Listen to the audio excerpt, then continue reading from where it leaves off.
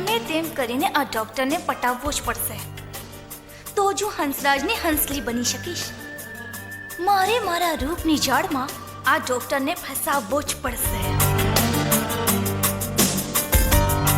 લાગે છે આજે તો દિવાળી અને હોળી બંને સાથે જ મનાવવા મળશે.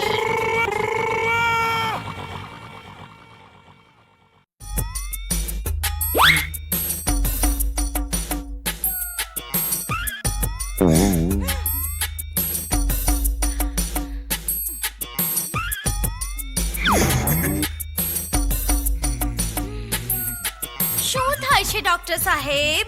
ધરતીકંપ. પણ ધરતી તો હલતી નથી. મારામાં ધરતીકંપ આવ્યો છે.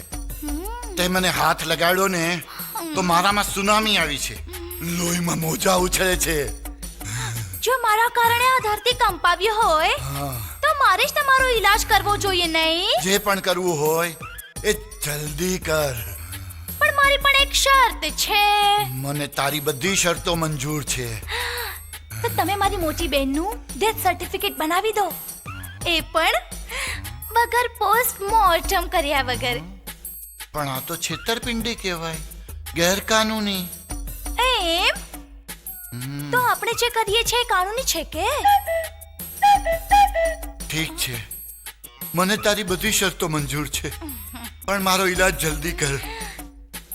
તમારા વાલા, મારા છેલ છબીલા, તમે જલ્દીથી સર્ટિફિકેટ બનાવો. પછી તમે જુઓ હું તમારો કેવો ઈલાજ કરું છું.